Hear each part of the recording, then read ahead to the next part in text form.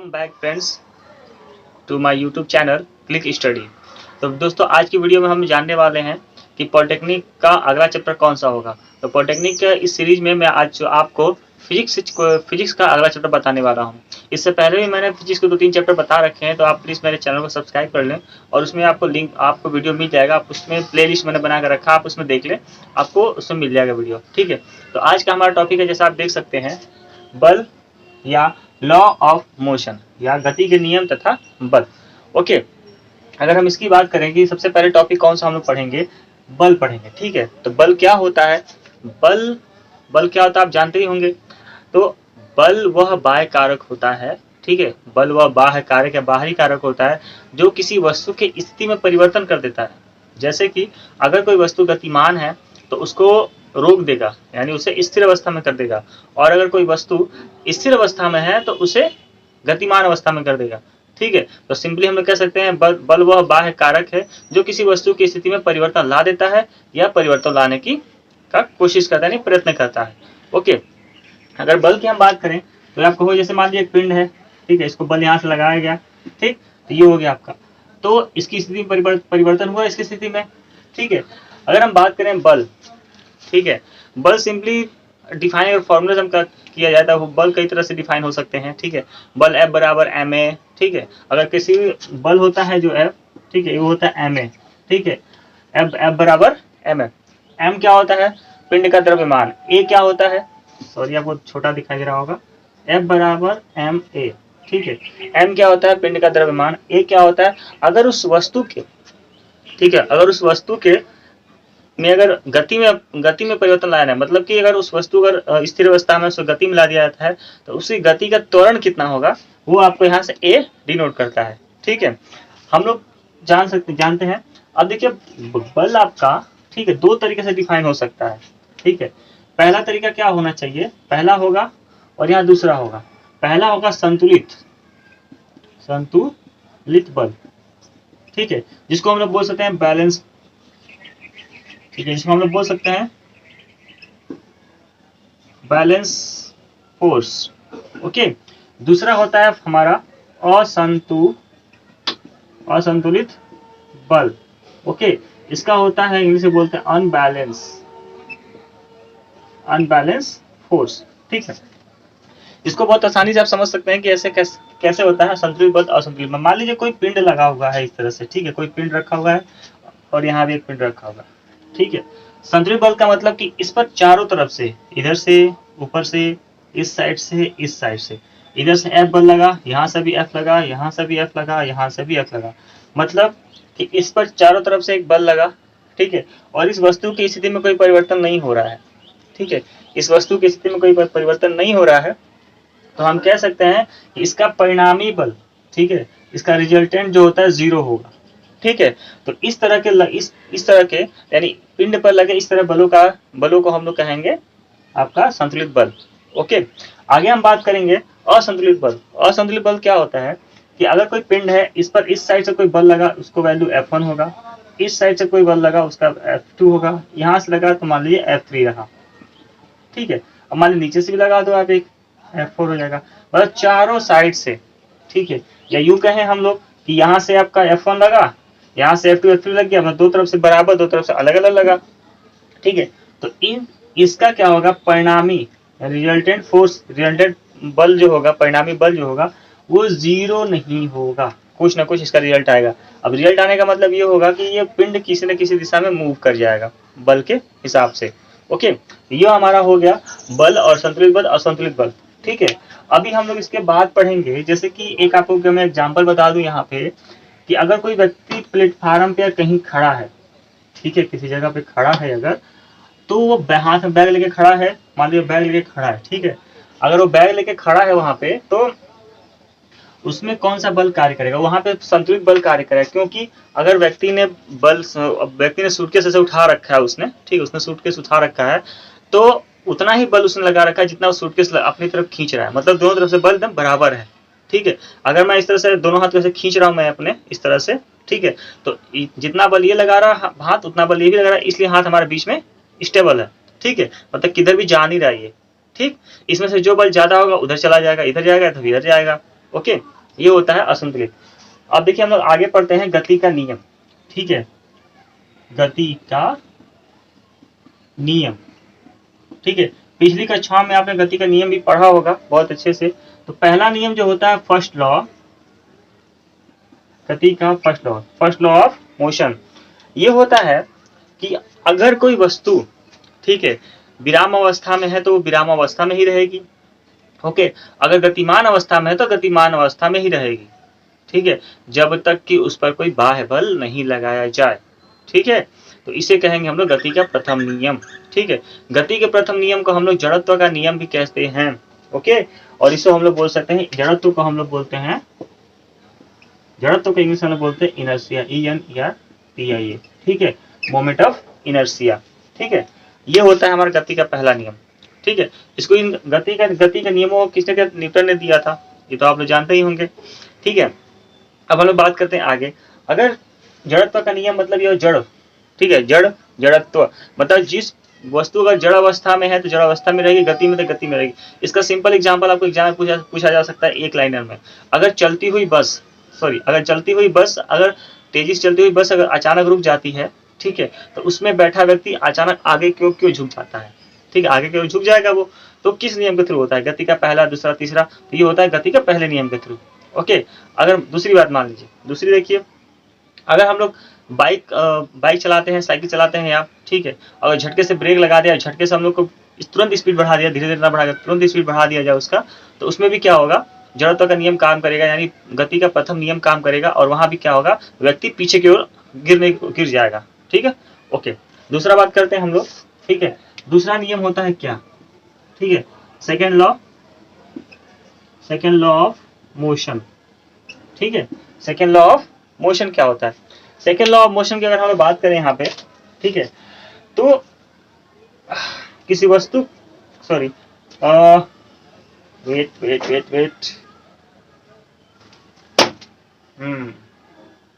चलिए, आपको second law बताने से पहले एक चीज और बतानी है आपको, माफ कीजिएगा, ठीक है। जैसे जड़त्व, ठीक है, यहाँ पे मैंने कुछ नोट्स तैयार करके रखे हैं आपको बताने के लिए ही, तो मैं आपको नोट्स के हिसाब से बता रहा हूँ। इनर्शिया ऑफ रेस्ट, ठीक है, ENERTI, inertia of rest, okay, और इनर्शिया ऑफ मोशन, ठीक है, और एक होता है आपका इनर्शिया ऑफ डायरेक्शन, ठीक है, इनर्शिया ऑफ डायरेक्शन, ये होता है स्थिर के लिए, जड़त्व का नियम स्थिरता में, और ये गति में, ठीक है, और ये होता है आपका दिशा में, ठीक है। तीनों का वेरिफिकेशन देख लीजिए कैसे हम बता रहे हैं आपको, ध्यान से देखिएगा। देखिए, इनर्शिया ऑफ रेस्ट मतलब जड़त्व का स्थिरता का नियम, ये क्या होता है, अगर कोई वस्तु स्थिर अवस्था में है तो स्थिर अवस्था में ही रहेगी, ठीक है, और उस नियम को जहाँ पे वो नियम लगता है, वो जड़त्व लग रहा है वहां पे, तो उसको हम लोग बोलेंगे वहां पे इनर्शिया ऑफ रेस्ट, यानी जड़त्व का, ठीक है, स्थिर का जड़त्व, ओके। दूसरा अगर हम पढ़ेंगे गति, इनर्शिया ऑफ गति, अगर कोई वस्तु गति अवस्था में है तो गति अवस्था में ही रहेगी जब तक उसको बाह्य बल नहीं लगाया जाए, ठीक है, तो उस तरह की गति को, उस तरह के मोशन को हम लोग बोलेंगे इनर्शिया ऑफ मोशन, मतलब गति का जड़त्व, ठीक है। तीसरा हम लोग पढ़ते हैं इनर्शिया ऑफ डायरेक्शन, ठीक है, इस डायरेक्शन मतलब अगर कोई वस्तु गतिमान है, ठीक है, और अचानक उसकी दिशा बदल दी जाए, ठीक है, अचानक उसकी दिशा अगर हम लोग बदलते हैं तो अपने दिशा में परिवर्तन का विरोध करेगी, ठीक है, उसको हम लोग बोलेंगे आपका दिशा का जड़त्व, ओके। ये दोनों भी होता है अपने अपने पोजीशन में जो रहते हैं। जैसे इनर्शिया ऑफ रेस्ट मतलब कि अगर स्थिर अवस्था में है वो, ठीक है, अगर उसमें गति उसको लाएंगे हम लोग तो उसका वो विरोध करेगी, और अगर गति में है तो हम लोग उससे स्थिर में लाएंगे हम लोग तो उसको क्या, उसका भी विरोध करेगा। तो इस तरह गति को हम लोग क्या बोलेंगे, स्थिरता का जड़त्व, गति का जड़त्व और दिशा का जड़त्व, ठीक है, ये आपको हो गया सही। अब देखिए इसके बाद हम लोग पढ़ेंगे, ठीक है, एक पॉइंट ऑफ जड़त्व की बात अगर हम करेंगे, ठीक है, जड़त्व होता क्या है, देखिए किसी वस्तु का जड़त्व इसको बोलेंगे इनर्शिया। ये क्या होता है, किसी वस्तु का का जड़त्व, ठीक है, उसके द्रव्यमान के अनुक्रमानुपाती होता है। देखिए अनुक्रमानुपाती को हम बोलते हैं प्रोपोर्शनल, ठीक है। तो ये हम कह सकते हैं जड़त्व को हम लोग, इनर्शिया को हम लोग आई से डिनोट करते हैं। ये अनुक्रमानुपाती होता है एम के, ठीक है, ओके। इसमें एक ऑप्शन आता है जड़त्व का आघूर्ण, ठीक है। जड़त्व का आघूर्ण जो होता है, जड़त्व का आघूर्ण ये होता है I equal to M R square, ठीक है, I equal to M R. Sorry यहाँ पे मेरे को कुछ डाउट हो रहा है, ठीक है, ये एम आर नहीं होना चाहिए था यहाँ पे, wait, I equal to M R square होता है, ओके। तो आप सही है इसके लिए। अब देखिए अब हम लोग आगे बढ़ेंगे, गति का दूसरा नियम पढ़ेंगे, ठीक है। पहला नियम आपने देख लिया और जड़त्व भी देख लिया, जड़त्व क्या होता है, ठीक है। आप रिवीजन के तौर पे पॉलिटेक्निक आपको एंट्रेंस एग्जाम देना है या फिर आगे भी आपको एग्जाम देंगे या फिर पॉलिटेक्निक एडमिशन लेने के बाद आपको ये मिलेगा लो, फर्स्ट ईयर में आपको ये सब लॉ वगैरह पढ़ने को मिलेंगे, ओके। तो अगर हम लोग दूसरा नियम पढ़ें, दूसरा नियम, ठीक है, सेकेंड नियम ऑफ मोशन, ठीक, सेकेंड लॉ मोशन, ये अगर हम पढ़ें, इसमें क्या होता है, किसी वस्तु के द्रव्यमान तथा वेग का गुणनफल संवेग कहलाता है, ओके। ये हो गया किसी वस्तु का, ठीक है, किसी वस्तु का द्रव्यमान तथा उसमें उत्पन्न वेग, ठीक है, संवेग कहलाता है। तो संवेग होता है P, संवेग को हम लोग P से डिनोट करते हैं, द्रव्यमान m होता है, उसमें उत्पन्न वेग v होता है, इसको बोलेंगे संवेग, ठीक है। ये होता है हमारा आपका second law, okay. Second law में हम बात करें यहाँ पे, तो इसका मात्रक होता है m का किलोग्राम, ठीक है, किलोग्राम मीटर पर सेकेंड, इसका होता है मीटर प्रति सेकेंड, तो ये हो गया किलोग्राम मीटर पर सेकेंड, ओके। ये हो गया हमारा सेकेंड लॉ। अब हम लोग बात करेंगे थर्ड लॉ की, ठीक है, मोस्ट इंपॉर्टेंट, इस पर बहुत सारे एग्जाम्पल पूछे जाते हैं, ठीक है। तो आप ध्यान दीजिएगा, एग्जाम्पल पढ़ के जाइएगा, ऑनलाइन में क्वेश्चन में आ सकते हैं कि वो दे देगा आपको ऐसे कि ये घटना हो रही तो उसमें कौन सा लॉ होगा, ओके। हम देख लेते हैं यहाँ पे, देखिए थर्ड लॉ होता है क्या, ठीक है, प्रत्येक क्रिया के लिए उसके बराबर तथा विपरीत प्रतिक्रिया होती है, ठीक है। जैसे मान लीजिए आप फोर्स इधर लगाएं, ठीक है, फोर्स इस साइड में लगाएं, तो इसी के विपरीत एक दूसरी इस तरह से होगी, ये अगर F प्लस में होगा तो ये F क्या होगा, माइनस में होगा। इसी फोर्स के बराबर तथा एक प्रतिक्रिया बल काम करेगा जो विपरीत दिशा में होगा, ठीक है। इसका एग्जाम्पल सिंपल आप देख सकते हैं, रस्सा कसी का जो खेल होता है, दो टीमों में होती है, बढ़ जाती हैं और रस्सी को एक दूसरे की तरफ अपने तरफ खींचने की कोशिश करती हैं, ठीक है। तो वो क्या होता है, एक तरफ बल दोनों तरफ से लगता है, दोनों तरफ खिंचाव होता है, दोनों तरफ से खिंचाव होता है इस तरह से, ठीक है। अब दोनों तरफ से जो खिंचाव होता है वो क्या होता है, इक्वली होता है, तो वहाँ संतुलित बल होता है, तो किसी तरफ नहीं जाता है। और जब बल किसी तरफ ज्यादा होगा तो वहाँ असंतुलित बल कार्य करेगा और वो उधर ही चला जाएगा, यानी रस्सा कसी जिसका ज्यादा बल होगा उधर हो जाएगा। तो हम वहाँ ये बात नहीं कर रहे हैं अभी, बस ये जान लीजिए कि वहाँ संतुलित और असंतुलित भी कार्य करता है वहाँ पे, ठीक है। यहाँ पे क्रिया प्रतिक्रिया की बात करते हैं, वहाँ रस्सा कसी वाला काम किया, ठीक है, एक टीम जितना बल लगाती है उतना बल दूसरा टीम भी लगाती है, ओके। दूसरा, हम लोग नाव से उतरते हैं जब, ठीक है, आजकल तो नाव आपको गांव वगैरह में या फिर कहीं बाढ़ है तभी देखने को मिलेगा, शहरी इलाकों में तो नाव मिलता नहीं है, या फिर बुक में या टीवी वगैरह देख सकते हैं हम लोग। नाव से उतरते समय हम पैर जब नाव के ऊपर रखते हैं और उछल के कूदते हैं तो नाव पीछे की ओर हो जाती है। इसका मतलब ये होता है कि वहां भी क्रिया प्रतिक्रिया बल कार्य करता है, यानी कि न्यूटन का थर्ड लॉ कार्य करता है, ओके।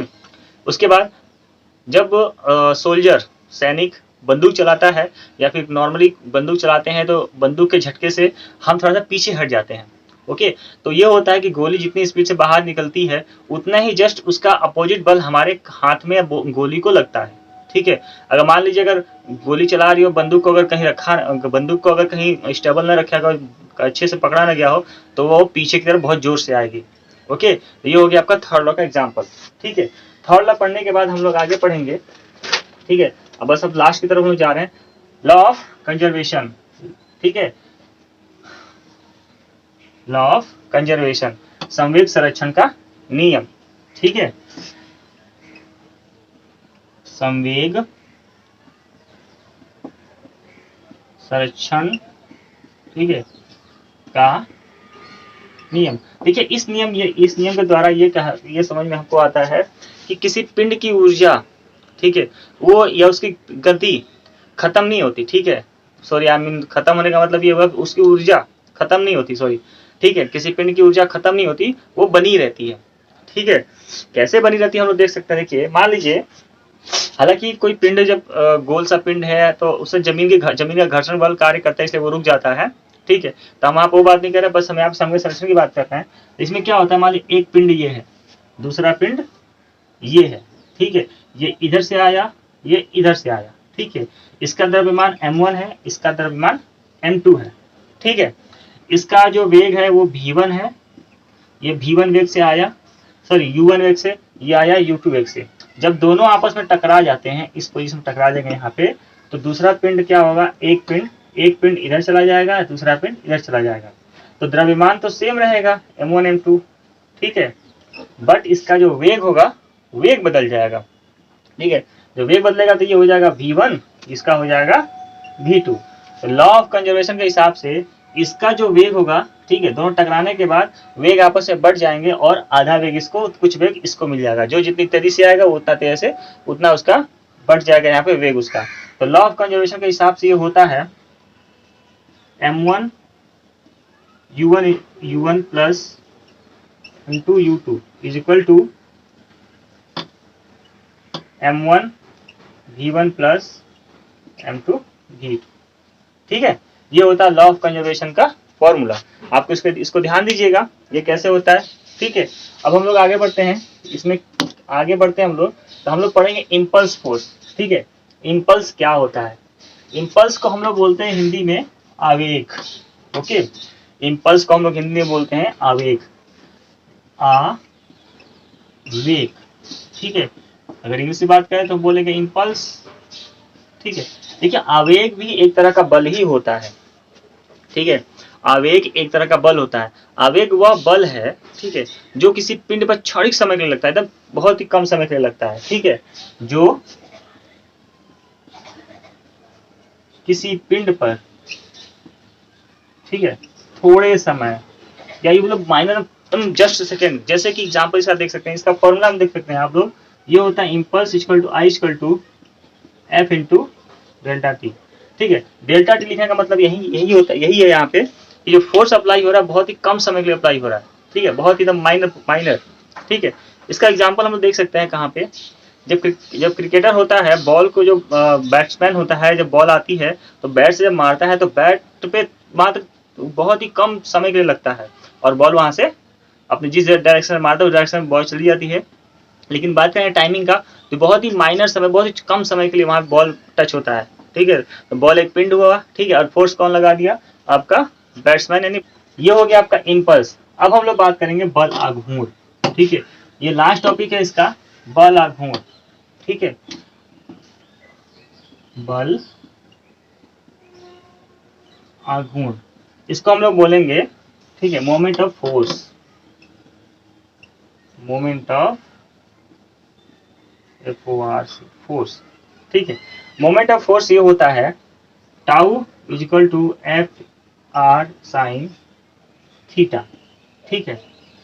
देखिए अगर मान लीजिए कोई पिंड है इस तरह से, ठीक है, और हम यहाँ पे बल लगा दिए, ये पिंड है, हम यहाँ पे बल लगा दिए, तो ये बल क्या होगा, इस पॉइंट के बीच, इसको हम यहाँ से बांध दिए, ठीक है, इसको पिवोट कर, इसको अच्छा मान लिए हम लोग, ठीक है, और यहाँ पर हम लोग बल लगा दिए, ठीक है, एफ।